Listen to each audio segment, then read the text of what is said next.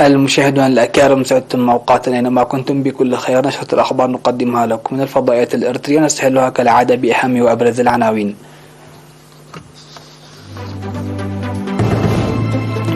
تنظيم دورة تدريبية حول الأمن الغذائي.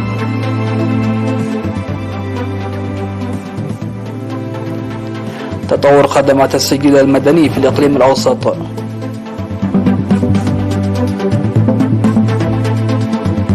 مديرية حقات تشهد خدمات بيطرية ناجعة.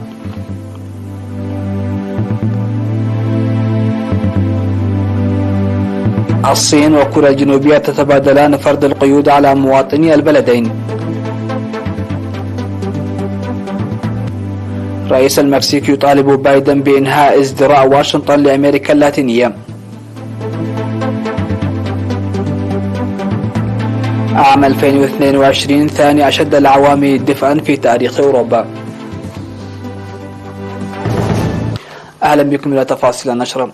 نظمت وزارة الزراعة دورة تدريبية يومي 5 و6 من يناير ل 85 من ممثلي المزارعين ومصنعي الغذاء وخبراء الزراعة حول الأمن الغذائي. ودعا المدير العام لقسم القوانين والرقابة في وزارة الزراعة السيد تخلاب مسقانة في افتتاح الدورة التدريبية. قال أن على الخبراء العاملين في مجال إنتاج وتصنيع الغذاء والأعمال الرقابية الاهتمام الجاد لتقديم منتجات زراعية آمنة. وأوضح مسؤول رقابة الثروة النباتية السيد سعيد نور الدين من المشرفين على الدورة التدريبية إن التدريب الذي ركز على الوسائل الزراعية الجيدة وتصنيع الغذاء ومتابعة ومراقبة سلامة الغذاء هدفت إلى تقديم منتجات زراعية وغذائية آمنة. وذكر المشاركون في الدورة التدريبية أن التدريب سيساعد كثيرا في أنشطتهم، منادين لإعداد المعلومات المقدمة في شكل كتيبات ومنشورات مطبوعية. وقال وزير الزراعة السيد رفاعين برهي في ختام الدورة التدريبية إن الوزارة توجد في مرحلة انتقال من الزراعة الكيميائية إلى الزراعة الحيوية في إطار هدفها لضمان سلامة الغذاء. وأوضح من أجل تحقيق هذا الهدف يجري العمل لتغيير النفايات المنزلية إلى السماد الطبيعي وتخفيض الاعتماد على المبيدات الكيميائية. أوضح مسؤول مكتب السجل المدني في الإقليم الأوسط السيد اسفلدت مؤبت ميكائيل ارتفاع متلقي الخدمات عام 2022 بنسبة 78% عن العام السابق. وذكر ازدياد أنشطة المكتب لارتفاع الوعي المجتمعي بأهمية السجل المدني وإنجاز أعمال جيدة منذ إدخال الخدمات في قاعدة المعلومات عام 2004. وأشار إلى تقديم شهادات الميلاد والزواج والوفيات والطلاق والأسرة والعذوبية والجمعيات عام 2022. ودعا المواطنين لتقديم المستندات القانونية المتكاملة لتجنب التأخير والمراجعة. ودعا متلقو الخدمات لحل المراجعات والمواعيد الطويلة. أفاد مكتب التنمية الاقتصادية في مديرية حقات تقديم خدمات التطعيم لأكثر من 57 ألف من المواشي والخدمات البيطرية لأكثر من 9,000 رأس من المواشي في المديرية عام 2022. وذكر المكتب إنتاج 270 ألف لتر من الألبان إلى أسواق حقات وكرن. وأشار إلى زراعة مساحة 17,255 هكتار بالذرة والدخن والفول والبقوليات وحصاد محصول جيد. وأوضح مسؤول الزراعة في مديرية حقات السيد إيوب تسفاي بناء المدرجات والحواجز المائية من خلال أنشطة النفير المستمرة منذ شهر يوليو الماضي وإزالة الطمي من سد فانا وتوزيع العلف الحيواني للمزارعين ومعدات رش المبيدات ل40 مزارعا بأسعار مناسبة.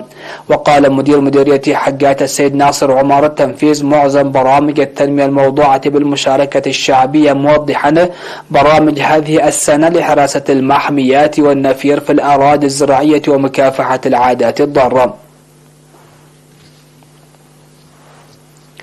قام سكان ضاحيتي زاجر ودك سب زفرة في مديرية سرجعة بنفير لمساعدة 263 أسرة شهيد والمتواجدين في الدفاع عن الوطن لدق الذرة وجمع المحصول.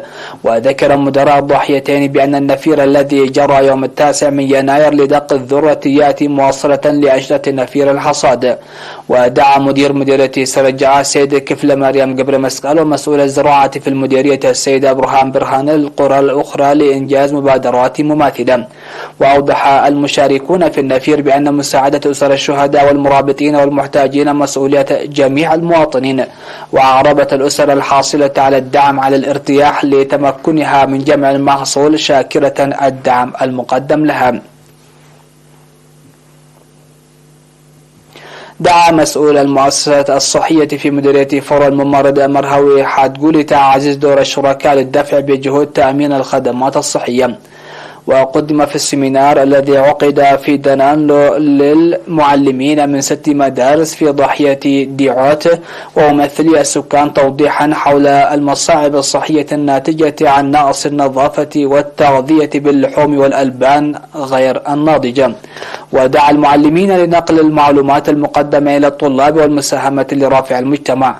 من جانبه أوضح مسؤول المدارس الأستاذ إسماعيل على وجوب العمل الجاد لضمان صحة المجتمع وخاصة الأطفال، مشيرا إلى أن السمينار ساعد لعمل المعلمين بالتعاون مع المؤسسات الصحية في حال ظهور الأمراض. ودعا المشاركون للدفع بأنشطة التوعية الصحية وتوزيع المنشورات الصحية والناموسيات في المدارس وتخصيص سيارة إسعاف ضاحية طيعت. مشاهدينا فاصل قصير ومن ثم نعود لنواصل الأنباء على الصعيد العالمي.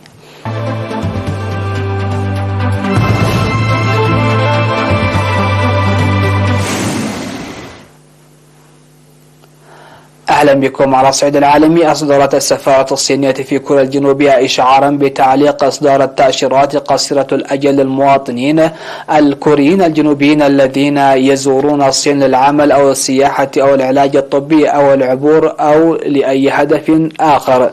كما قالت وكالة الأنباء اليابانية كيودو إن الصين أخطرت وكالات السفر في اليابان بأنها علقت إجراءات التأشيرة.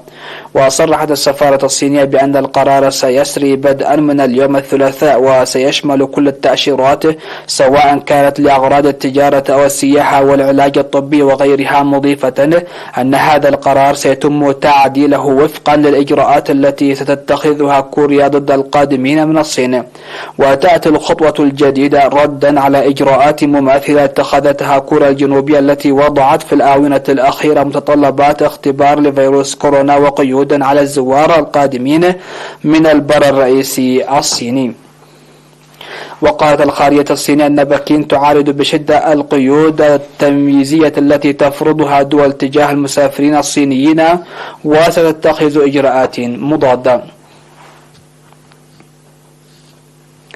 طالب الرئيس المكسيكي أندريس مانويل لوبيز نظيره الأمريكي جو بايدن في مستهل قمة ثنائية في مكسيكو بأن تنهي الولايات المتحدة إزدراءها لأمريكا اللاتينية.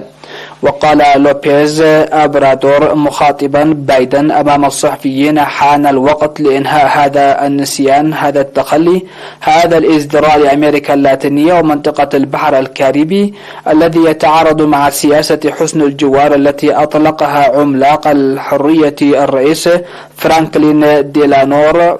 ورد بايدن على مضيفه بالقول: إنه فقط خلال السنوات 15 الماضية أنفقنا مليارات الدولارات في نصف الكرة الأرضية الغربي، عشرات مليارات الدولارات، مشددا على أن الولايات المتحدة تقدم مساعدات خارجية أكثر من كل الدول الأخرى مجتمعة. ويقوم بايدن بزيارته إلى المكسيك لحضور قمة الأصدقاء الثلاث التي سينضم إليها رئيس الوزراء الكندي جاستن ترودو، وهذه أول زيارة رسمية له إلى المكسيك بعد نحو عامين من توليه منصبه.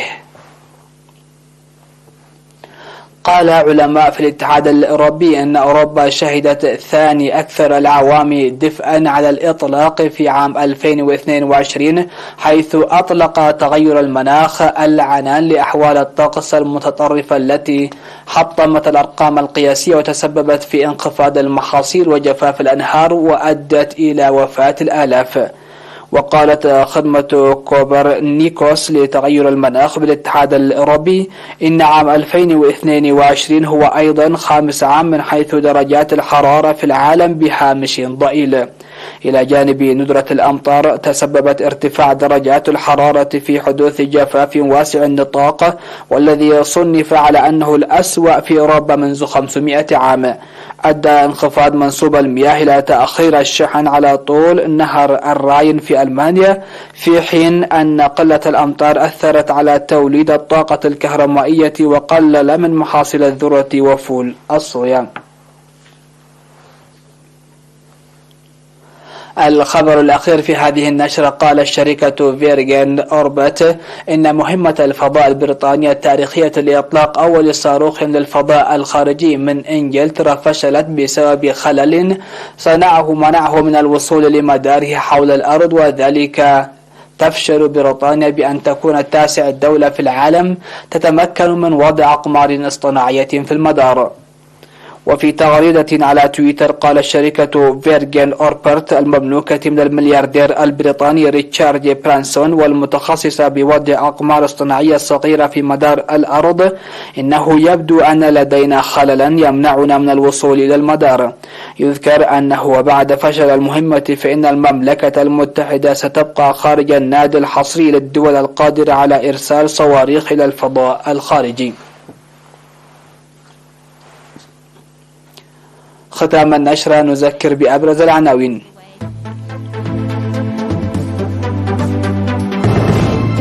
تنظيم دورة تدريبية حول الأمن الغذائي.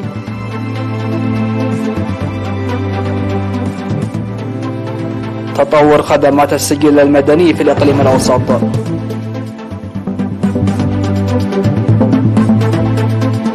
مديرية حقات تشهد خدمات بيطرية ناجعة.